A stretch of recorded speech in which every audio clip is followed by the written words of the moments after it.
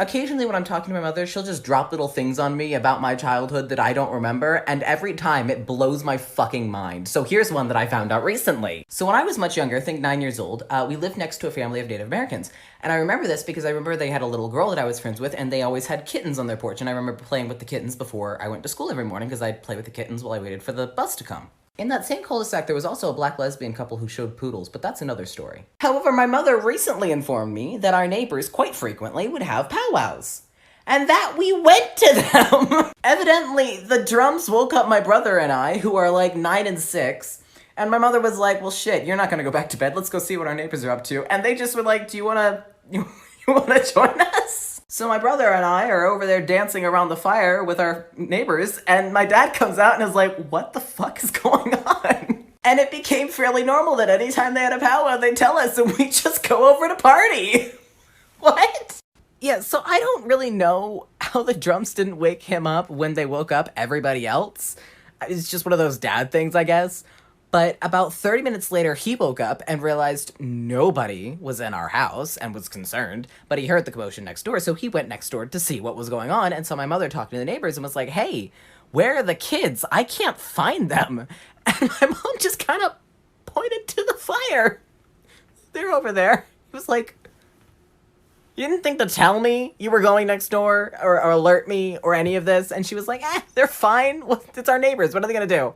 And my dad was like, it's the middle of the night. Like, the kids should be in bed. And mom was like, yeah. Do you want to tell them that? And my dad was like, I don't know, not really. So we just stayed. And after that first night, it just became normal for our neighbors just to be like, hey, we're having a powwow this Tuesday. Do you wanna come over? And we just show up. My poor father was so confused. Ask and ye shall receive. Now, to be fair, this is all from when I was like 9 to 13, so I don't remember a ton of it. The lesbians lived on the other side of the Native Americans, and they had 2 black poodles that they showed, and one of the poodles always had her nails painted like hot pink, and it was fabulous. And one of the lesbians always had her nails done hot pink to match the poodles, and I always thought that was fantastic. And as a kid, I was bullied pretty relentlessly in school because I was neurodivergent, and these 2 always made time to listen to how my day at school went and encourage me to have a good day the next day, and always waved on my way to school. They would wave at the bus when I was leaving, and they were so sweet. One time we got locked out of our house and they helped us break back in. Also, one of them was really scared of frogs. I don't know why, she just really didn't like them. So she would constantly call my brother and I over to get the frogs out of her backyard because we lived bordering a wetlands. And as a reward, I'd get to pet the poodles. I haven't seen them in 10 years, but I hope they're doing well. Yeah, okay, but there's not really anything left to say about the lesbians, so why didn't I tell you about the time my dad and I sabotaged land development? So when we lived there, our house was right up against like a forested wetland area, and one of the selling points of the house was the forest view. So you can imagine my parents' dismay when they found out there was construction scheduled to create another cul-de-sac behind the house. And my brother and I loved to play in the woods. There was this awesome little creek area that ran right behind the house, and we loved playing there. So one day, my dad picked up a tape measure and was like, hey bud, you wanna go explore the woods with me? And I was like, fuck yeah, of course I do. So we went into the woods, and about 20-30 feet in, we found one of their stakes with an orange marker on it. And obviously I was like, Dad, what is that? And he was like, I don't know, but I think we should move it. And I was like, where should we move it to? And he was like, why don't we move it like 30 feet that way? And me being a dumb kid, I didn't know what was going on, so I was like, all right, sure, you seem to know what you're doing. So I helped him measure, and we moved the stakes like 30 feet towards the construction zone. So basically my dad stole about 30 feet of land from a future house owner. I am just now realizing, actually, that when I lived in Greenville, that I lived in a very interesting neighborhood. Because, you know, we had the Native American family who lived next to us, and then next to them was the black lesbian couple who showed poodles. And then next to them was a single mother with her child who liked to run around in his diapers. And then across the street from them, there was a Hispanic family who had the best cookouts. Then the girl who used to babysit my brother and I, her brother would walk around the neighborhood in stilts. And our neighbors on the other side of us were hunters who frequently would come back with just a shit ton of pelts. Then down the street from us, there was a Chinese family who I was friends with the daughter. My brother and I were friends with the daughter of that family. And her mother would always send home food with us for some reason. She just liked to feed us. I don't know.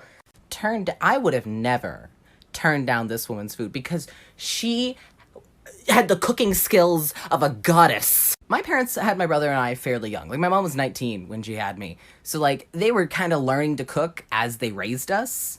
And, like, everybody in the neighborhood was pretty friendly with each other. So I think the mom kind of knew what food at home was like. Like, Hamburger Helper was a treat. And it wasn't leftovers. It was like, we would come over to play with her daughter, and she would see us, and because we had come over, she would start cooking, and then send us home with Tupperwares full of food. Like, I don't even know how to describe how good the food she made was either. Like, she gave me an egg roll one time, and it was so good that I still think about it today. I have never tasted another egg roll that can even compare to the one she made me. It was that good. And they always had the best snacks, too. They had the best snacks!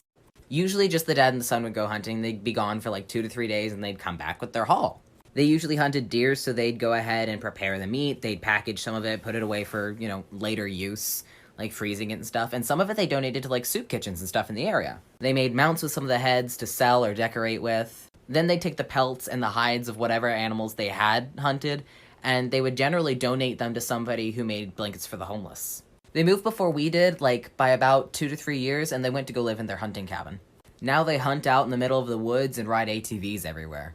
And a kinda shitty couple moved in their place, to be honest with you. They were like the annoying, kitschy neighbors that, like, nobody wanted to hang out with or be around because they were so weird and fake. They did have huskies, though, so that was a plus. Could have done without the humans, though. If you're gonna use this neighborhood as a story, you should know that it was kind of like a tree of cul-de-sacs, where as you went down one road, it would branch off into a bunch of different cul-de-sacs. And those weren't all of the weird people that lived in my neighborhood either. For example, down the street, closer to the beginning of the neighborhood, there was a family that had triplets. The hunters that used to live next to us moved out like 3 years before we moved, and they were replaced by a really annoying couple that only stayed for about a year, and then they were replaced by a single father and his 2 sons, and the father was an engineer. And 1 year after Halloween, he had a bunch of leftover Halloween candy, and my brother and myself and his 2 sons really wanted some, and he was like, tell you what, you can have candy if you let me teach you how to program this robot I have, and he did. He taught us how to program a robot, and we made it swear. There was also a girl who lived in the cul-de-sac closest to ours that had a trampoline, and she would constantly do flips and tricks on it, and she played basketball, and she was fucking badass. Oh, and there was an old man who lived on the corner of the cul-de-sac who got arrested for threatening my brother and I. There isn't much of a story to this actual incident happening, but sure. When I was much younger, we lived in a cul-de-sac in North Carolina, and on one of the corners of the cul-de-sac, there was an older gentleman who did not like children at all. For whatever reason, he hated kids. We really don't know why. He would do things like speed into the cul-de-sac and speed around the perimeter of it, purposefully trying to hit the kids that played in the cul-de-sac. He would stand on his lawn and scream at us, call us names, yell profanities, things like that. And my parents had spoken with him, asked him multiple times not to, and had just gotten responses along the lines of, why don't you keep your little brats inside and then I won't yell at them or be violent. My mom had contacted the police and they were like, well, unfortunately, until he actually does something, we can't do anything. Like, it's not illegal to drive in a cul-de-sac. It's not illegal to yell at people. He's in his yard. As long as he stays in his yard and doesn't actually cause any actual harm to your kids, there's nothing we can do about it, so sorry.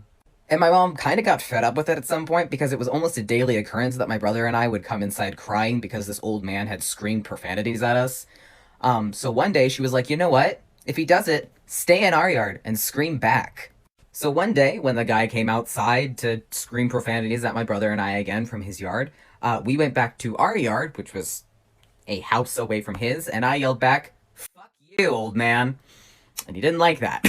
He responded with something to the effect of, what did you just say to me? And now keep in mind, I'm like 10 years old at this point, so I genuinely thought he was asking me what I said, so I reiterated, fuck you. So he stepped off of his lawn and started coming over and continued screaming at me. All sorts of profanities that I won't repeat here because they're not nice. But the basic gist of what he was saying was that he was going to hurt my brother and I. But see, once you step onto somebody else's property and threaten to hurt them, that is considered a crime. And what the old curmudgeon failed to take into account was that my house was on a very steep hill, so from the top of the street, you couldn't see my mom, who was standing at the bottom of our driveway, watching the whole thing go down. What was even more unfortunate for the old man is that nobody in that street liked him. So when the police did come, we had plenty of witnesses for what he did. And as a result, he was arrested for attempting to assault a minor. I don't really remember what happened to him after that. Either he died or moved to a retirement home, I'm not really sure, but either way, he didn't live in that house for very long afterwards.